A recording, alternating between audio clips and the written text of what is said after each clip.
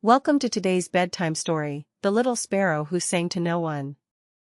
This woodland fable is about friendship, patience, and being yourself. Let's begin. Let's begin. Deep in a gentle forest, where sunlight danced through emerald leaves and streams sang over smooth stones, there lived a small sparrow named Wren. The forest was full of voices. Robins sang from the oak trees. Bluebirds chirped from the maples.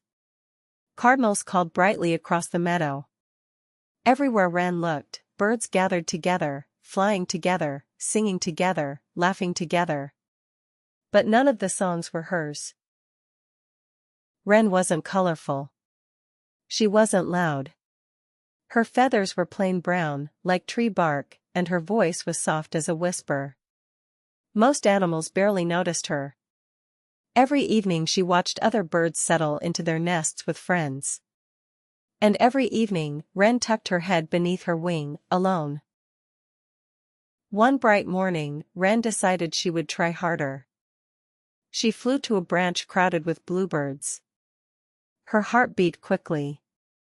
She opened her beak and tried to sing along. But her voice was so tiny that no one heard. The bluebirds chirped happily among themselves, then flew away, leaving Wren alone on the branch. The next day she tried the robins. She puffed out her chest and chirped as loudly as possible. A robin noticed her for just a moment. Then the flock hopped away together in search of worms.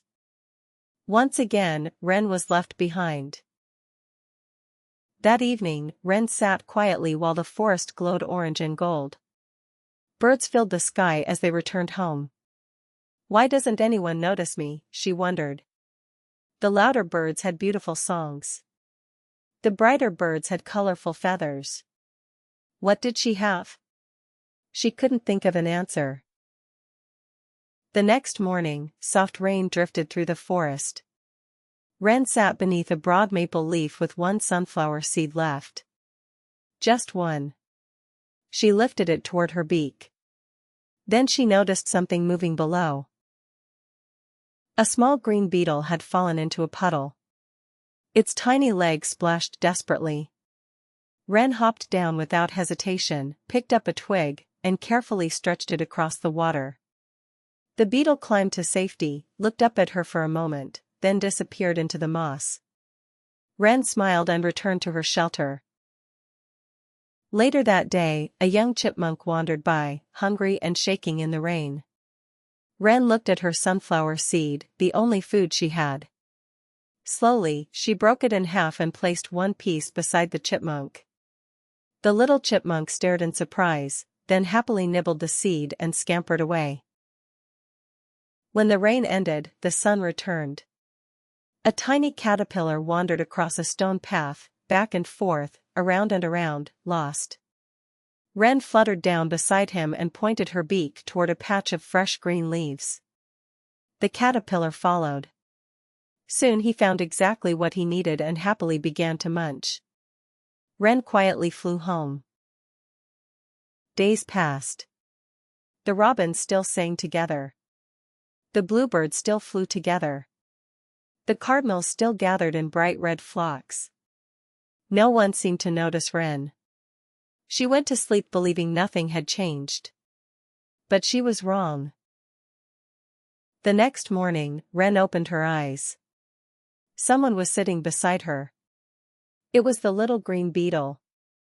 He had climbed all the way up the tree and simply sat beside her, keeping her company. For the first time, Wren wasn't alone. Soon came the sound of tiny footsteps. The young chipmunk climbed onto the branch carrying a small acorn. A gift. He carefully placed it beside Wren, then sat down next to the beetle. Now there were three. Before long, the caterpillar arrived too. He carried a leaf larger than himself and gently placed it beneath Wren's feet, a soft cushion and a gift of thanks. Wren stared in amazement. "You saved me," said the beetle. "You shared with me," said the chipmunk. "You helped me find my way," said the caterpillar. Wren blinked. She had never thought those small moments mattered. But they had, more than she knew. Then more visitors appeared. A rabbit. A butterfly. A field mouse. A tiny finch. One by one, animals Wren had helped over the weeks came to visit. They remembered even when she thought no one noticed. A warm feeling filled Wren's chest. She lifted her head, opened her beak, and sang. The song wasn't loud. It wasn't grand. It wasn't powerful. But it was beautiful, because it was hers. And every creature on the branch listened carefully, not because she was the loudest, but because she was their friend. From that day forward, Wren never woke up alone. The beetle visited every morning. The chipmunk brought acorns. The butterfly rested beside her. The mouse left tiny gifts. The caterpillar curled beside her leaf. Wren finally understood something important. Friendship isn't won by being louder or brighter or bigger. It grows quietly, like a seed planted in a kind heart. You don't find friends by chasing them. You find them by quietly being someone worth finding. The kindest hearts are often watching when you think nobody sees. Thanks for watching. If you enjoyed this bedtime story, please like and subscribe for more gentle tales. Good night.